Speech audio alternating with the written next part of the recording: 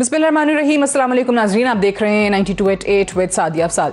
नाज़रीन, एक तरफ पाकिस्तान मुस्लिम लीग नवाज़ के सदर शहबाज शरीफ साहब को ये यकीन है कि कंटोनमेंट इंतखाबात में जिस अंदाज में पंजाब में पाकिस्तान मुस्लिम लीग नवाज़ को बरतरी हासिल रही है, उसी तरीके से अगला इलेक्शन वो कहते हैं कि पाकिस्तान मुस्लिम लीग नवाज़ ही जीतेगी।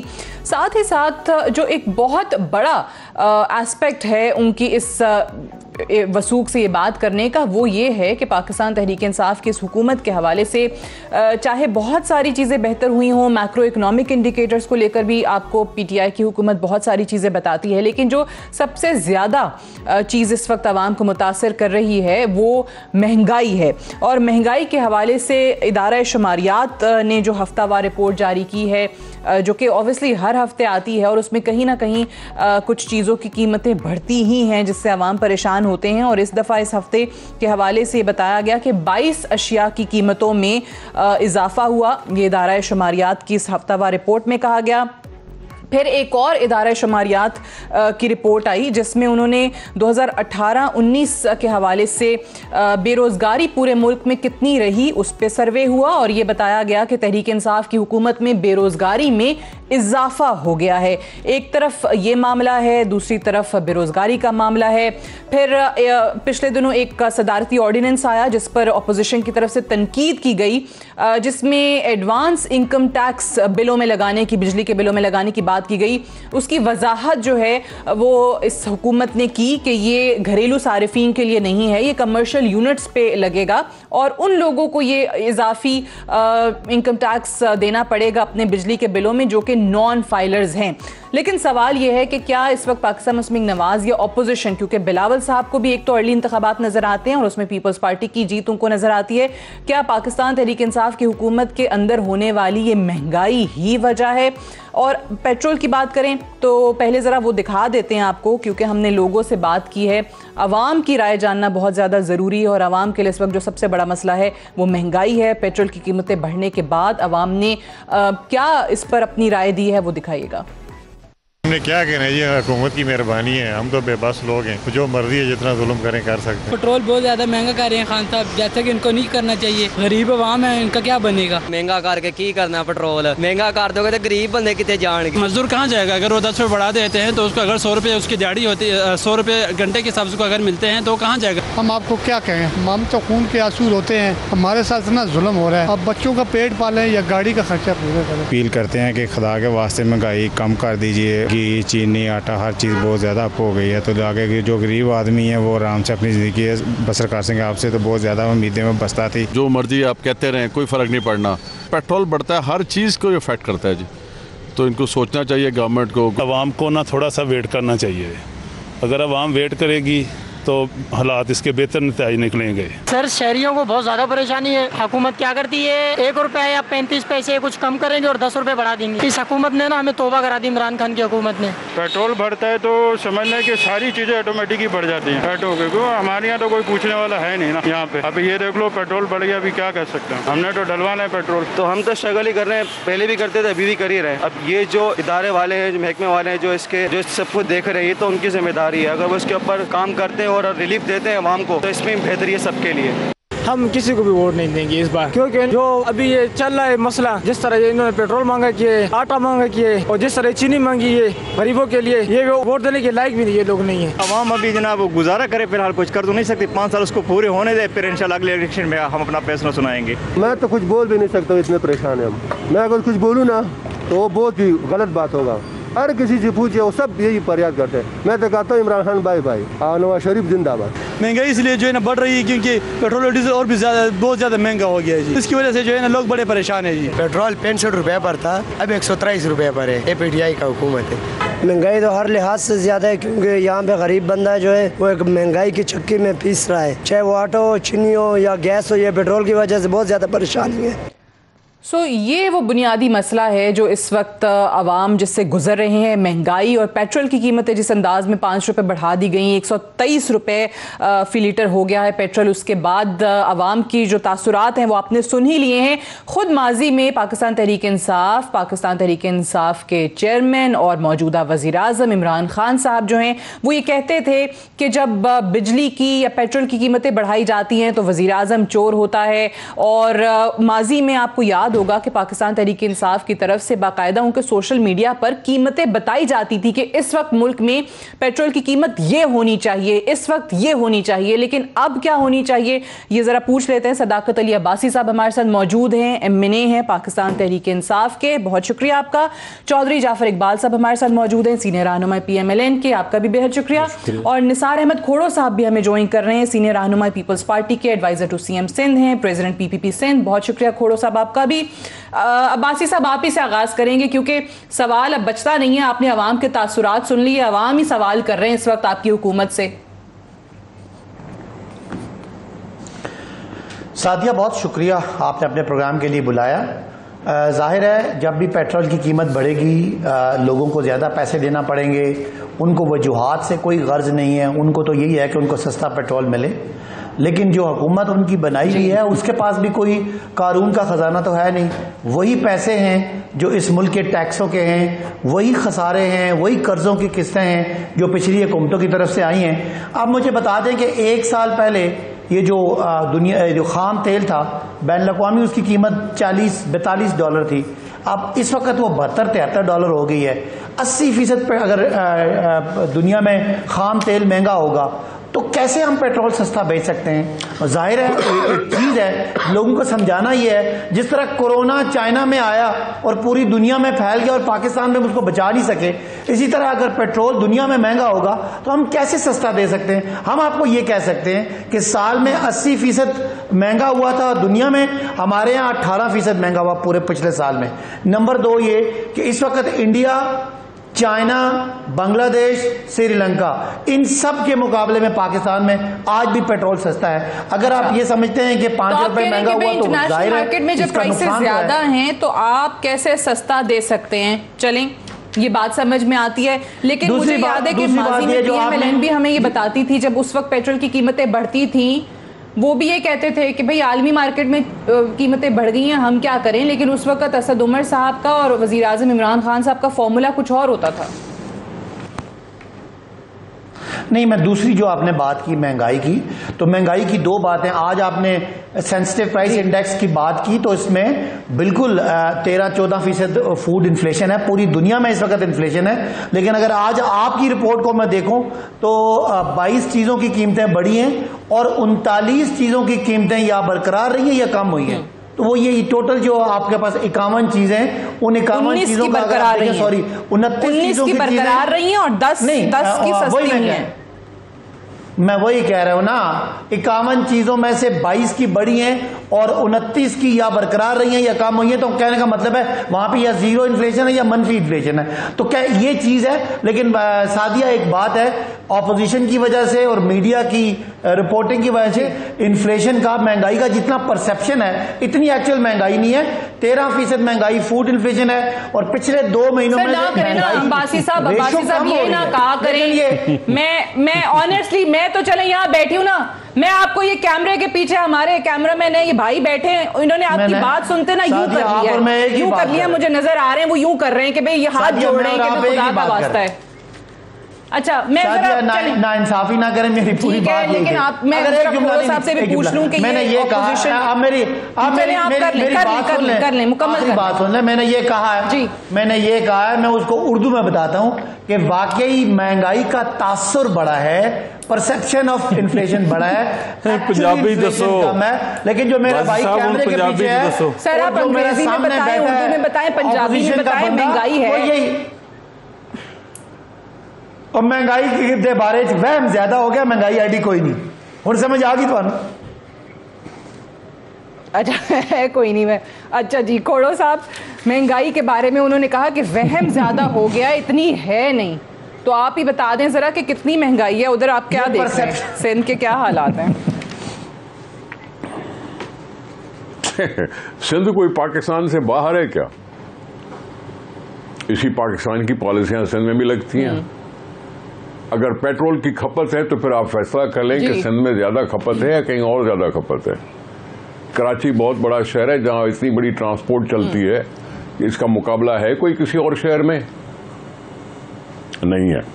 कल कोई मुझे बता रहा था कि जी सारी ये टैक्सेस लगा के, लेवीज लगा के, ये सब कुछ करके इंटरनेशनल प्राइस को रख के जहन में 107 रुपए का पेट्रोल होना चाहिए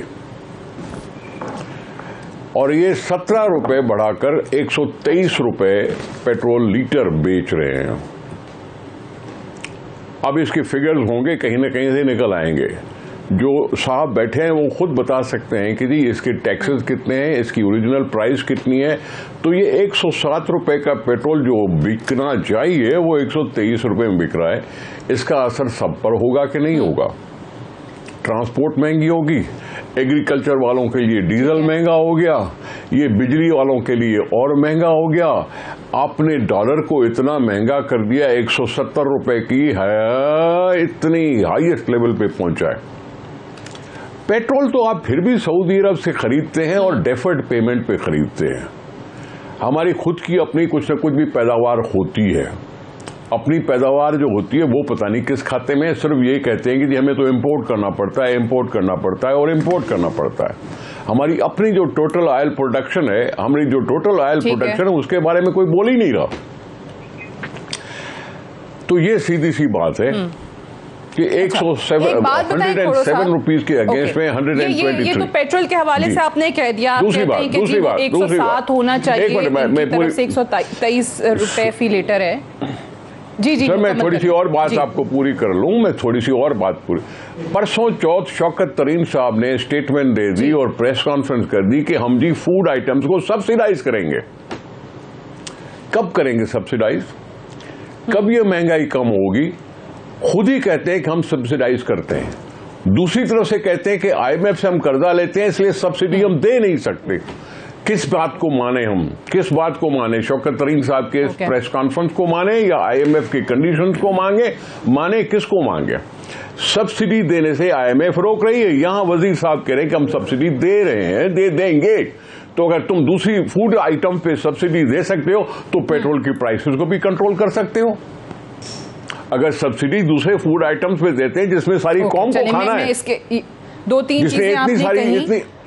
ठीक है, आपने एक तो कहा कि ये बता देंगे कि भाई क्या उसका ब्रेकडाउन क्या है, कितने टैक्सेस हैं, किस तरीके से इतना पेट्रोल बढ़ाया और सब्सिडी की। मैं इनका अब्बासी साहब से जवाब ले लूंगी, लेकिन उससे पहले चौधरी साहब ये बताएं कि आपने अब्बासी साहब की भी बात सुनी है।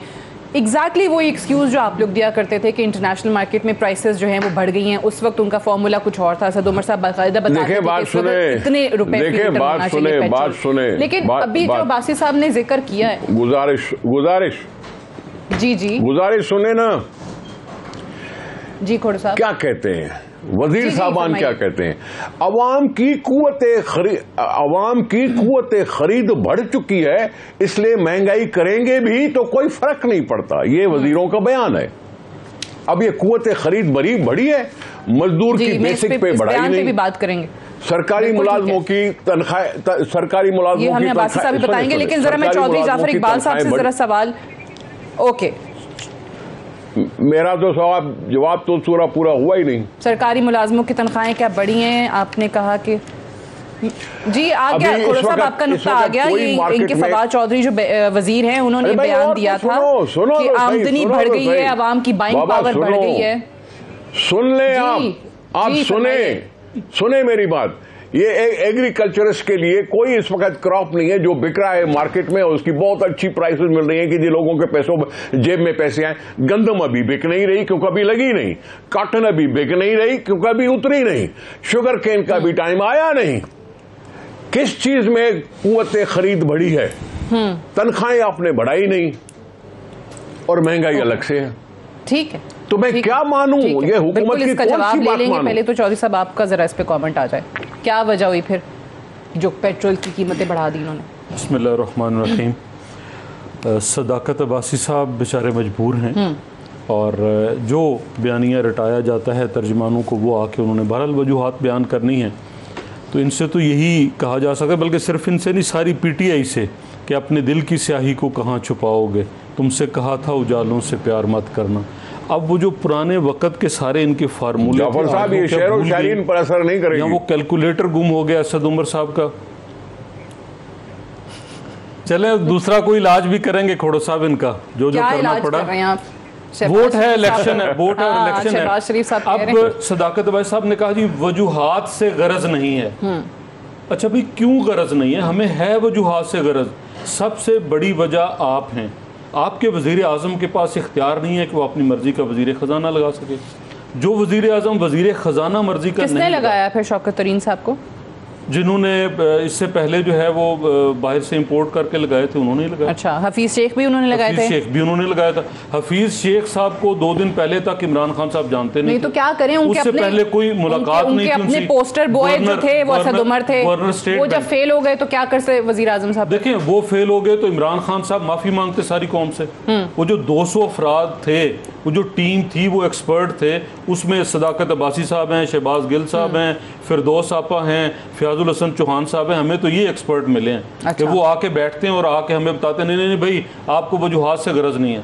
और आज ये सुनाने आए कि कानून का खजाना, भाई आपको 22 करोड़ का मुल्क मिला है, खजाना आपके इख्तियार में है, अब आप ये ताने देने आए हैं हमें। गंदम जो खरीद के रखी थी इस मुल्क के अंदर, किसान ने उगाई, हमने वो संभाल के रखी, वो क्या खजाना नहीं था कानून का? आपको अच्छा। किसने कहा था कि वो बाहर ममालिक में बेचें? जो मेरे पास अपने घर की गंदम थी, जो मुझे 700-800 रुपये मिलती थी, आपने वो एक्सपोर्ट की, आपके वजीर आजम ने एक्सपोर्ट की। क्यों इजाज़त दी वजीर आजम ने? नालायक आदमी है, उसे पता ही नहीं है, उसे हुकूमत करने का अंदाज़ नहीं आता, उसे इस चीज़ का इल्म नहीं है कि ये फूड सिक्योरिटी सबसे बड़ी सिक्योरिटी है। चीनी किसने एक्सपोर्ट की? मिलों वाले खुद बाहर भेजाए, वजीर आजम ने समरी पे साइन किए। वो निकम्मा है, नाअहल है, वो बिल्कुल उसे ABC नहीं आती। और जो मशवरा देने वाले हैं उनको जिस तरह मतलब वो ऐसे शफल करते हैं जैसे आप ताश के पत्ते बदलते हैं, एक वजीर को यहाँ उठाया वहाँ लगा दिया, वहाँ लगा दिया, वहाँ उठा दिया। आप करेंगे ये सब कुछ टीम भी जो है वो नहीं है। लेकिन वो जो इन्होंने सदाकत अब्बासी साहब ये तो नहीं बताएंगे, छोड़ के गए थे। देखिए मैं कर्जों की तरफ भी आता हूँ। सदाकत अब्बासी साहब ये नहीं बताएंगे कि हमारा तीसरा चौथा वजीर खजाना भी फेल होने जा रहा है। सदाकत अब्बासी साहब ये नहीं बताएंगे कि हमाद अजहर को जहाँ लगाया वहाँ निकम्मा था। सदाकत अब्बासी साहब नहीं बताएंगे कि शेख रशीद रेलवे तबाह करके आया, अब हम उसकी वजह से ये भुगत रहे हैं लॉ एंड ऑर्डर का मसला।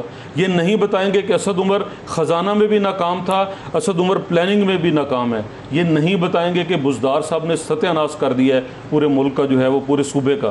तो ये असल नाकामी तो ये है। अब ये हमें ये तो गिन के ना बताएं कि कानून का खजाना और क्या होता है। हमें जब PSTP मिला 325 अरब पे था, हम छोड़ के गए 1100 अरब पे, ये दोबारा उसे 500 अरब पे लेके आए। क्यों लेकर आए? ठीक है, इस पे जरा बात कर लेते हैं। मुझे एक ब्रेक लेने दीजिए, ब्रेक से वापस आएंगे तो ज़ाहिर है बहुत सारे नुकात हैं जिसका जवाब देना है सदाकत अली अब्बासी साहब ने, उनसे जानेंगे एक वक्फे के बाद।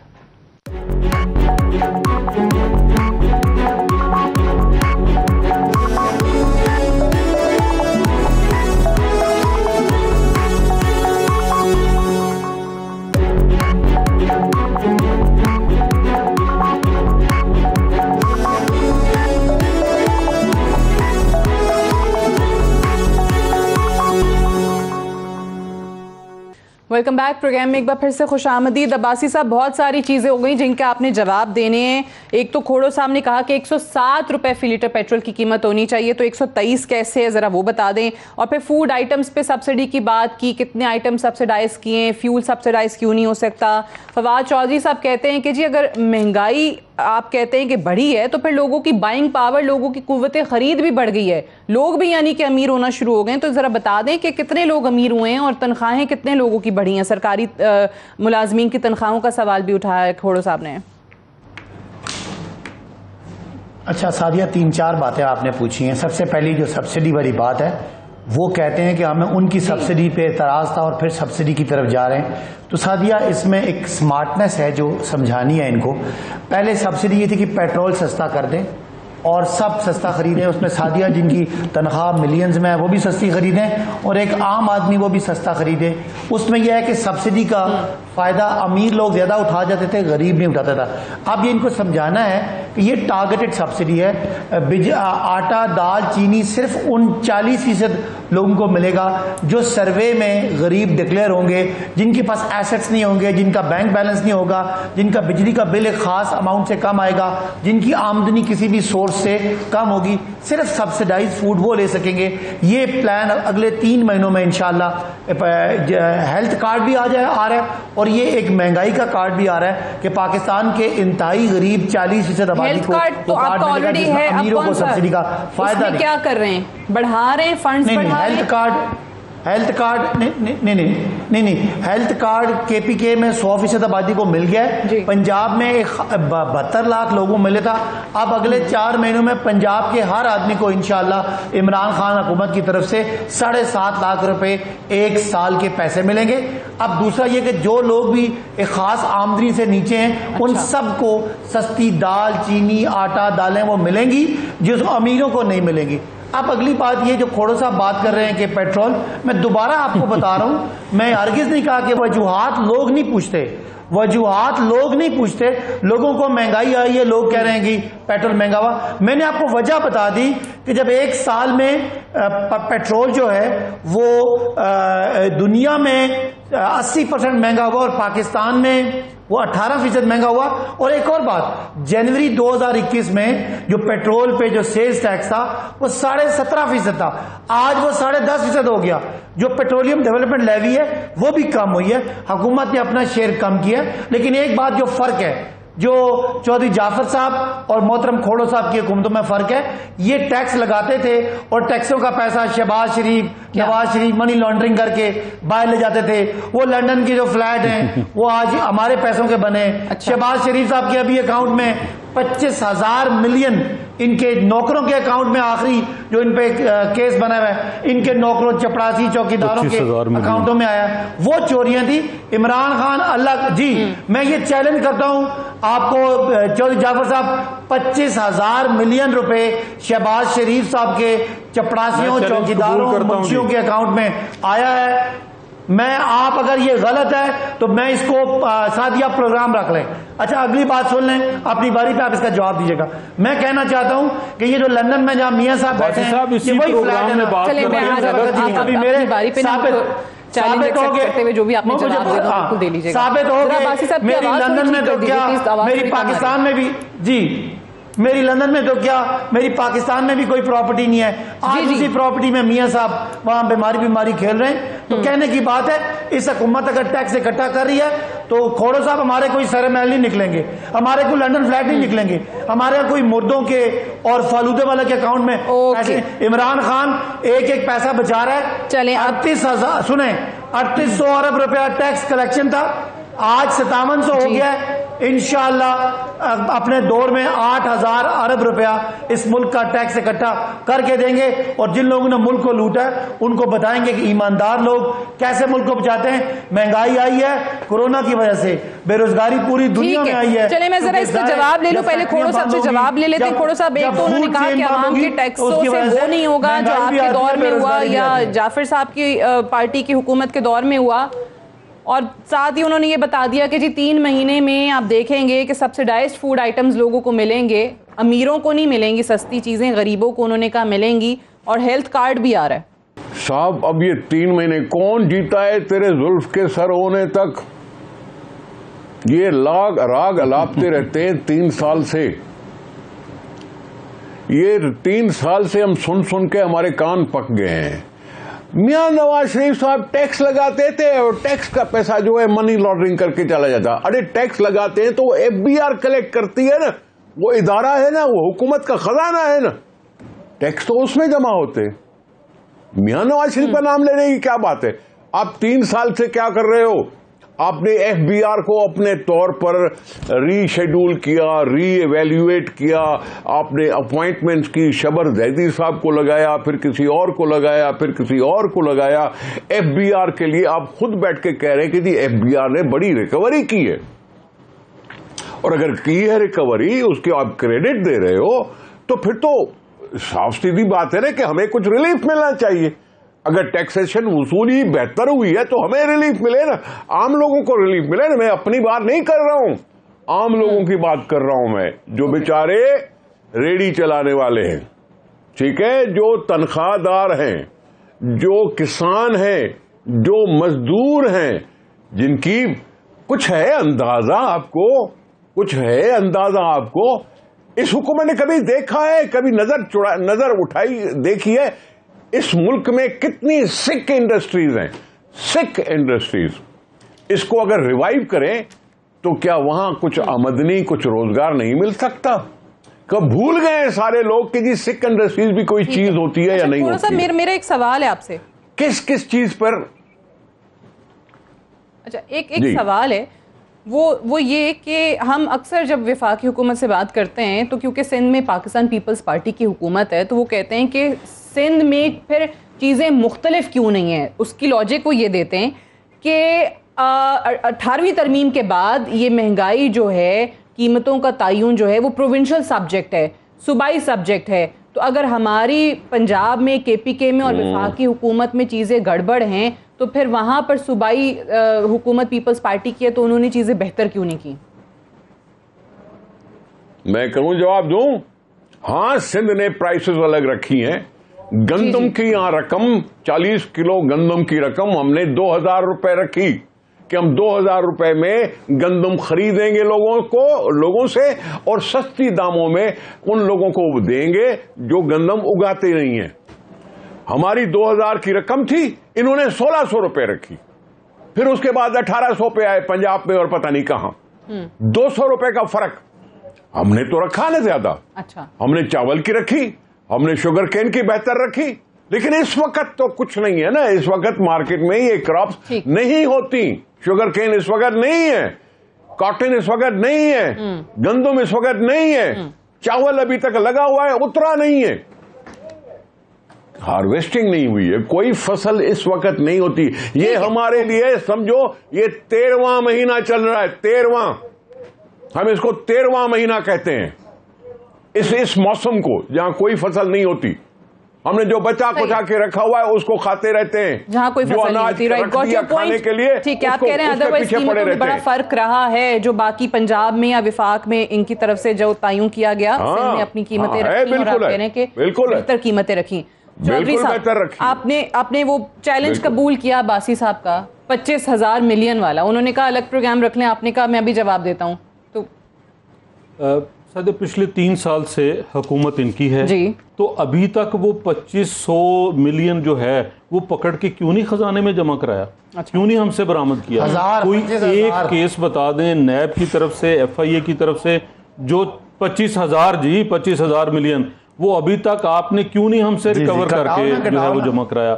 जिन अकाउंट्स में आया क्या वो कहीं खला में अकाउंट हैं? वो कहते हैं ना, वो अक्सर लोग कहते हैं ना कि आप लोगों ने इतनी चालाकी से जो भी किया अकाउंट्स में आया ना, देखिए मैं कह रहा हूँ अकाउंट देखिए दावा किया है ना, उसके बाद साबित करें। इन्होंने तो ये भी कहा था, इमरान खान साहब ने बाकायदा प्रेस कॉन्फ्रेंसेस की थी, वो तफसील बताते थे कि यहाँ पैसा आया, इधर गया, ऐसे गया। ब्रॉड शीट को कौन इस्तेमाल करता रहा, उसको जुर्माने हो रहे हैं बरतानिया के अंदर।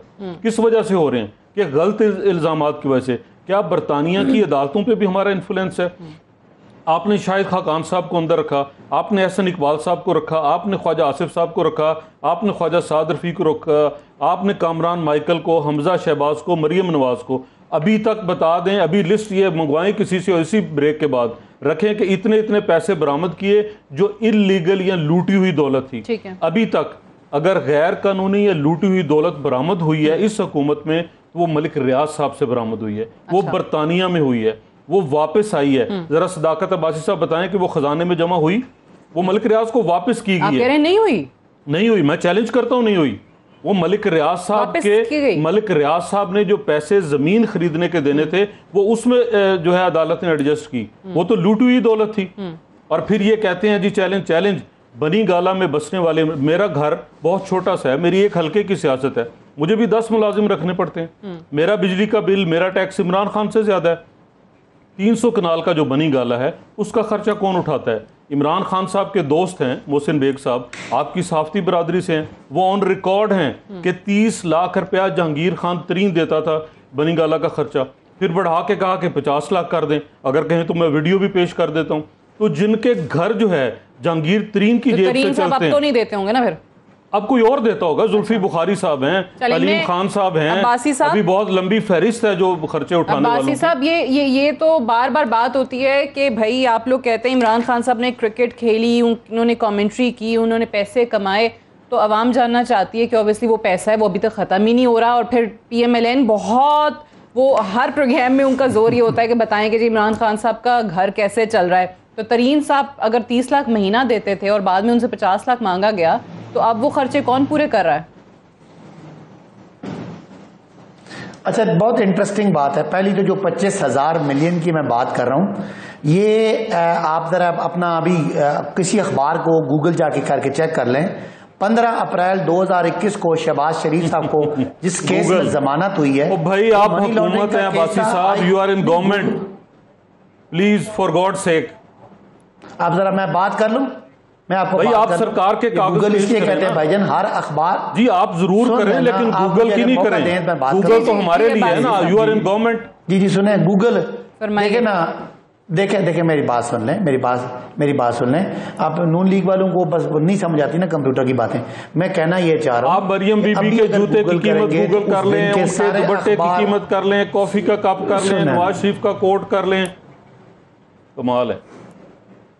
चले होगी ये सारी बातें भी वैसे ठीक है, उनके जो जाहिर जो आमदनी है उससे ज्यादा है। और वही मरियम साहब जो कहती थी मेरी लंदन में तो क्या पाकिस्तान में भी कोई प्रॉपर्टी नहीं है, बात खुद ही मान की थी कि 1 अरब की प्रॉपर्टी है, लिहाजा आप उसको छोड़े। अभी जो मैं बात कर रहा हूं जो 25,000 मिलियन वाली, वो सुन लें। 15 अप्रैल 2021 को शहबाज साहब की जिस केस में जमानत हुई है उसके कागज चेक कर लीजिएगा। वो केस यही है कि निसार गिल, उसके बाद उनकी शरीफ शुगर मिल का मुंशी, उनका चपड़ासी, उनका ड्राइवर, जिसमें एक मैं आपको एग्जैक्टली सारे नाम मैं आपको बता दूंगा, उनके नाम 25,000 मिलियन रुपए आए जो वहां से निकल के नुसरत साहिबा के अकाउंट में, वहां से निकल के हमजा साहब के अकाउंट में, शहबाज साहब के अकाउंट में जाते रहे मुख्तलिफ केसेस में। ये जो मैं बात कर रहा हूं मेरे भाई जाफर साहब, इसी केस में शहबाज साहब अंदर रह के आए। अब उन्होंने लाहौर हाई कोर्ट ने उनको जमानत दी है। उन पे वो क्या होता है, फर्दे जुर्म आयद है। अगर आपने कागज चेक करने, मैंने इसलिए कहा था कि अभी गूगल कर लें, हुकूमत के पास ये कोर्ट का मैटर है और ये बात आज शहबाज साहब इस केस में मुल्जिम है। अच्छा, ये आप इनकार नहीं कर सकते। ठीक है अब्बासी साहब, मेरा एक सवाल है, मेरा एक सवाल सुन लीजिए। ये चले मैं आपकी बात मान लेती हूँ जो आप कह रहे हैं 25,000 मिलियन, बल्कि आप इससे ज्यादा बताएं, 50,000 मिलियन बताएं, सब चीजें सही हैं, होगा ऐसे ही हुआ होगा जैसे आप बता रहे हैं। लेकिन बहुत सारे ऐसे केसेस आए हैं। तो मेरा सवाल, आपने जैसे कहा कि अदालत का मामला है, तो क्या वजह है कि जिन जिन चीज़ों पे हुकूमत वसूख के साथ अवाम को यकीन दिलाती रही कि इन लोगों ने इतने इतने अवाम के पैसे लूटे हैं और मुल्क से बाहर लेकर गए हैं, इस तरीके से ट्रांजैक्शंस हुई हैं, यहाँ दूध वाले से, पापड़ वाले से पैसे गए, सब आप लोगों ने प्रेस कॉन्फ्रेंसेस करके बताया, तो वो चीज़ें फिर साबित क्यों नहीं हो पाती हैं? प्रोसिक्यूशन की कमज़ोरी है, अदालत में आप लोग नई चीज़ को सही इदारे आपके लेकर जा सकते, आपके वकला लेकर जा सकते, या ये जो चौधरी साहब सवाल कर रहे हैं कि बता दें फिर कि कितने पैसे लूटे हुए वापस लेकर आए आप? साहब यार ट्रायल में है ना, कोई वो बरी तो नहीं हो गए। उन पे इल्जाम है 11 नवंबर 2020 को शहबाज शरीफ साहब पे 25,000 मिलियन की मनी लॉन्ड्रिंग की फर्दे जुर्म आयद हो चुकी है। अब 110 गवाह है, एक एक बंदा जिसके नाम अकाउंट आया है। कोर्स ऑफ लॉ ये है, उनको बुलाया जाएगा, उनको क्रॉस एग्जामिनेशन किया जाएगा, उनकी एविडेंस कलेक्ट होगी, फिर इनको सजा होगी। इसलिए तो लोग कहते हैं कि अगले इलेक्शन से पहले पहले इनके केस ट्रायल हो चुके होंगे और ये सारे सजा याफ्ता होंगे। क्या मियां साहब सजा याफ्ता नहीं है? क्या मरियम सजा याफ्ता नहीं है? क्या मियां नवाज शरीफ साहब को? बस सवाल ये कि वो पैसा वापस कभी आएगा भी कि नहीं आएगा, क्योंकि 3.5 साल तो हो गया ना, तो बाकी आपकी कितनी हुकूमत रह गई? 1.5 साल। अब वो 1.5 साल जो 3.5 साल में नहीं हुआ, 3.25 साल में नहीं हुआ, वो 1.5 साल में हो जाएगा कि इनके केसेस भी पूरे हो जाएंगे और पैसे भी आवाम के लूटे हुए जो हैं वो आप इनसे वापस लेकर आ जाएंगे। मुझे एक ब्रेक लेने दीजिए, जाफर साहब कुछ कहना चाह रहे हैं, लेकिन ब्रेक से वापस आकर उनकी बात सुनेंगे एक वक्त के बाद।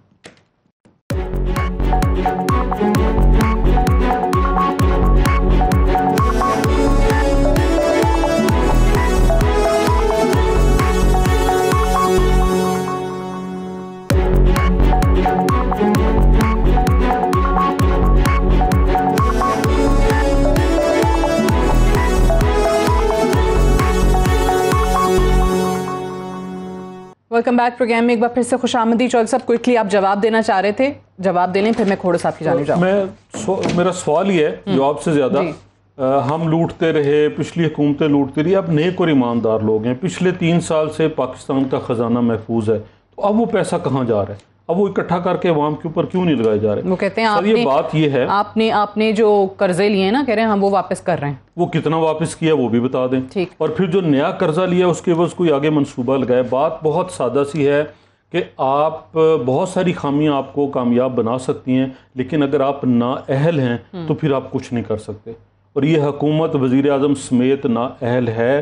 3 साल की कारकर्दगी इनकी बता चुकी है, लिहाजा इनसे किसी को कोई तवक्को नहीं। मैं ये जो जाफर इकबाल साहब बात करें, यही बात शहबाज शरीफ साहब कहते हैं महंगाई को लेकर, और इसी चीज़ को बुनियाद बनाकर वो उनको यकीन है कि जैसे कंटोनमेंट के अभी जो इंतखाबात हुए हैं और पंजाब में PMLN की सीटें ज़्यादा रही हैं, उसी तरीके से अगला इलेक्शन जो है वो PMLN का होगा। क्या कहा उन्होंने सियालकोट में, सुनाइएगा।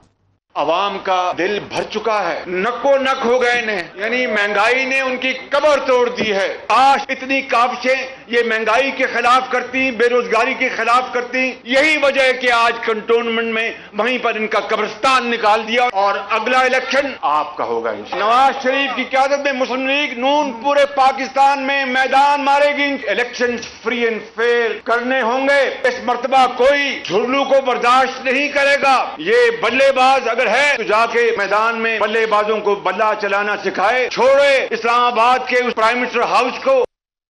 अच्छा, अब शहबाज शरीफ साहब कहते हैं कि जी इलेक्शन शफाफ हुए, धांधली नहीं हुई तो अगला इलेक्शन PMLN का होगा। खोड़ो साहब यही बात जो है वो ज़ाहिर है बिलावल साहब भी कर रहे हैं, पाकिस्तान पीपल्स पार्टी की लीडरशिप भी कर रही है। अब आइंदा इंतखाबात शफाफ होंगे कैसे? हुकूमत का आप लोगों से शिकवा ये है कि हम जो कोशिशें कर रहे हैं ट्रांसपेरेंट इलेक्शन कराने के लिए, उसमें आप उनका साथ नहीं दे रहे। मैं गुजारिश करूं कि हम सिर्फ चाहते हैं कि इलेक्शन ट्रांसपेरेंट हो। इलेक्शन आज़ाद इदारा है, आईनी इदारा है, और इनके वज़रा जो हैं वो इलेक्शन कमिश्नर को ज़ोदकोब कर रहे हैं, इंटिमिडेट कर रहे हैं, उनके ऊपर हमले कर रहे हैं, उनकी अफादियत को, उनकी रिट को वो डामाडोल करने की कोशिश कर रहे हैं। ये आज़ाद इदारा सोली रिस्पॉन्सिबल है फॉर इलेक्शन ट्रांसपेरेंट और फ्री एंड फेयर कराने का टोटल जिम्मेदारी इलेक्शन कमीशन के ऊपर है।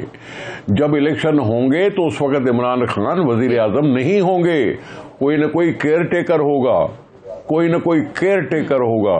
मैं कह रहा हूं ये आज़ाद इदारा है जिसको इलेक्शन कमीशन में रुखना नहीं डालना चाहिए। उसको इंश्योर करो कि भाई वो आज़ादान तौर पर काम कर सके। इलेक्शन कमीशन के मेंबरान अगर नहीं है तो वो मुकम्मल करो कि इलेक्शन कमीशन की रिट बहाल हो सके। जीतेगा कौन, वो अवाम की मर्जी है।